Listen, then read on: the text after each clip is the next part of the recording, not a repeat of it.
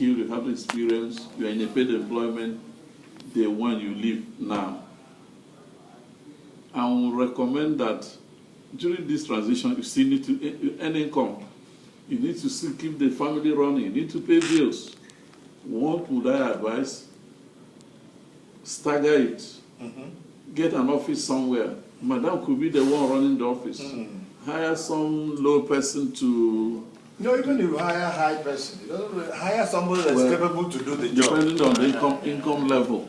Yeah, but hire somebody that is capable of doing the job, so they will not drain whatever you're going to do.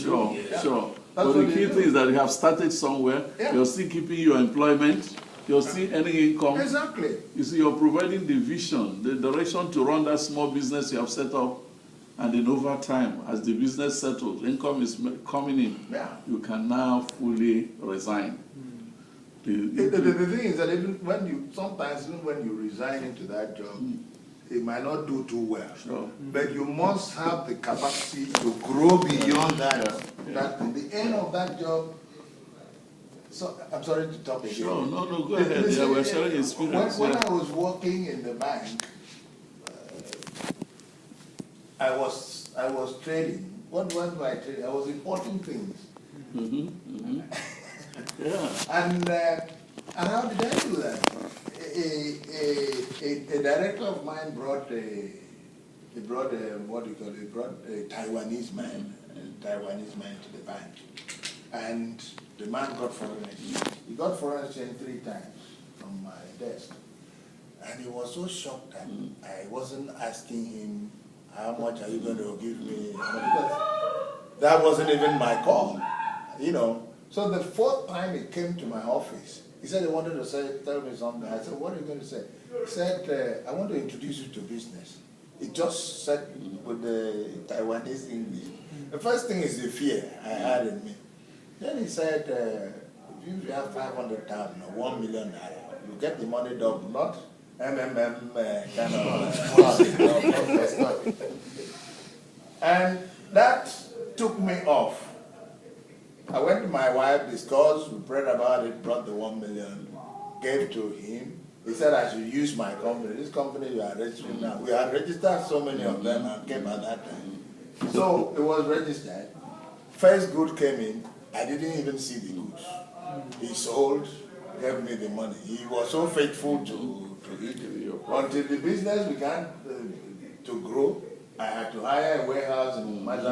It didn't stop me from going to work. See the step, So I was doing my work, exploring multiple sources of income. Men from Alaba would come, pick the thing, so I was doing, I didn't even have to, in fact it took me almost 2 years before I knew where the warehouse was. I didn't even go there, because going from here to Maza was a distance. But people were there as managing it for you, goods come in, you have to pay. So you had to be used to custom clearing, bill of entry, bill of all those things you've been learning and all. So the point is it went on as much as it could go. It didn't take me out of the job. So even if I had to transit, I had experience. So the point is as I said, multi-skills. Don't be so hooked up into fixated on one area. You don't even need to leave now, for instance. If you are sure what you're doing, set it up. You may not need to go to the office. All you do is, the only thing that made me to run away was this time I see my banker, they start calling me the name of the company. I said, I hope they don't call me that name of the company when I'm working with my MD. So you have to. These things are things that I think maybe Jude will come back one day when we have many people and talk to us. Sure. Because it's important that we have this even in these days of recession, there are still. I give you an illustration. Those who are lending now, do you know people are not lending? Why? Because you need to lend when the fixed income is trending at 20%. So why do you need to go and lend? You don't need lend because you lend with risk at 24, 25. If the fixed income is returning you 18, 19, you can go to play golf and play in the fixed income market. So they are always, even in the recession, they are always